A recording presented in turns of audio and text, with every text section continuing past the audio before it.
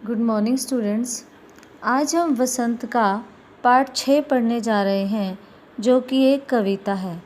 इसका शीर्षक है भगवान के डाकिए और इसके कवि हैं रामधारी सिंह दिनकर जी। आधुनिक युग के कवियों में दिनकर जी का नाम मुख्य है। दिनकर जी हिंदी कवि, देशभक्त, निबंधकार और विद्वान थे।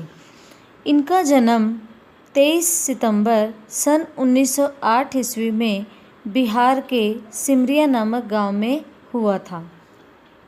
छोटी आयु में ही इनके पिता की मृत्यु हो गई और परिवार की पूरी जिम्मेवारी इन पर आ पड़ी। इन्होंने पटना विश्वविद्यालय से बीए पास किया, लेकिन इसके बाद ये अपनी पढ़ाई आगे जारी नहीं रख सके। कुछ पारिवारिक कारण थे जिसके कारण वे अपनी पढ़ाई को आगे नहीं कर पाए।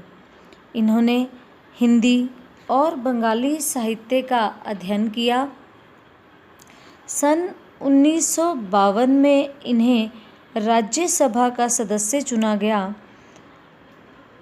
दिनकर जी देशभक्ति की कविताएं मुख्यतः लिखते थे और इन कविताओं से वो लोगों को देश के लिए जागरूक करते थे, देश की क्रांति के प्रति जागरूक करते थे, क्योंकि उस समय हमारा भारत जो है अंग्रेज़ों के अधीन था।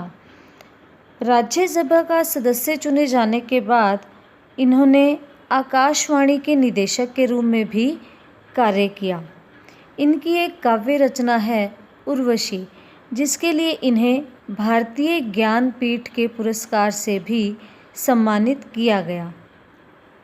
इनकी प्रमुख रचनाएं हैं सूरज का ब्याह, रेणुका, कुरुक्षेत्र, धूप और धुआं, अर्धनारीश्वर आदि हैं।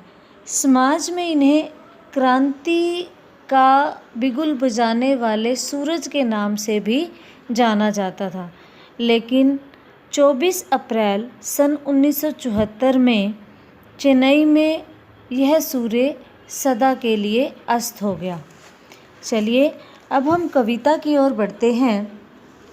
कवि कहते हैं, पक्षी और बादल ये भगवान के डाकिए हैं, जो एक महादेश से दूसरे महादेश को जाते हैं। हम तो समझ नहीं पाते हैं, मगर उनकी लाई चिट्ठियाँ पेड़ पौधे, पानी और पहाड़ बाँचते हैं। यहाँ पर बाँचते का अर्थ है पढ़ते हैं, यानी कि समझते हैं। कवि कहते हैं कि पक्षी और बादल भगवान के डाकिए हैं। हमारे डाकियों की तरह इनकी कोई सीमा नहीं होती, लेकिन जो हमारे घरों में डाकिया डाक देने आता है, उनकी सीमाएं होती हैं। निश्चित होता है कि इस एरिया से इस एरिया तक आपका काम रहेगा, लेकिन पक्षी और बादल जो हैं ये भगवान के डाकिए हैं। इनकी कोई सीमा नहीं है। ये सारे संसार में बिना रोक टोक के आते जाते हैं।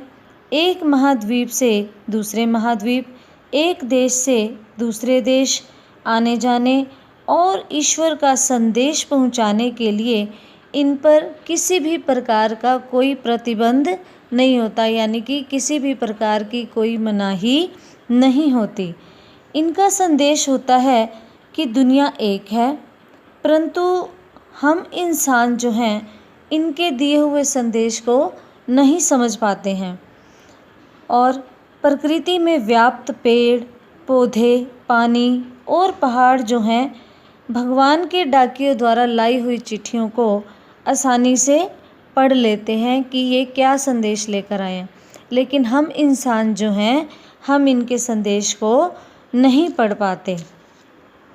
इसके बाद कवि कहते हैं, हम तो केवल यह आंकते हैं कि एक देश की धरती दूसरे देश को सुगंध भेजती है और वह सौरभ हवा से तैरते हुए पक्षियों की पाँखों पर तिरता है और एक देश का भाप दूसरे देश में पानी बनकर गिरता है। इसमें कवि क्या कहते हैं? कवि कहते हैं कि हम इंसान केवल अनुमान ही लगा पाते हैं, अनुमान मैंने अंदाज़ा ही लगा पाते हैं कि एक देश की धरती दूसरे देश में अपनी प्रेम भरी खुशबू भेजती है, लेकिन यह जो खुशबू है वह कैसे पहुंचती है? कवि कहते हैं कि यह सुगंध भगवान के इन डाकिए पक्षियों के पंखों पर तैरती हुई दूसरे देश में जाती है। फिर कवि कहते हैं कि एक देश में नदियों तालाबों का जल जो है भाप बनकर दूसरे देश में बादल के रूप में जाता है और बरसता है। यानी कि जब गर्मी होती है या सावन का महीना आता है तो ये तो नहीं है कि यहाँ का पानी यहीं बरसेगा। क्या होता है कि जब तेज़ गर्मी होती है नदियों का पानी भाप बनकर दूसरे देश में बादल बनकर बरसता है। इस प्रकार एक देश की मिट्टी की सुगंध जो है दूसरे देश में पहुंच जाती है। इस पर किसी प्रकार की कोई रोक टोक नहीं है, क्योंकि पक्षी और बादल तो भगवान के डाकिए हैं, इसलिए इन्हें किसी भी प्रकार की कोई रोक टोक नहीं है।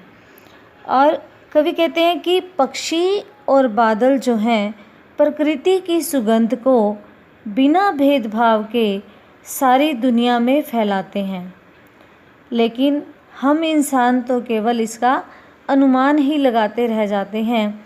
लेकिन इतनी देर में पक्षी और बादल क्या है, एक देश की सुगंध को दूसरे देश में भेज देते हैं।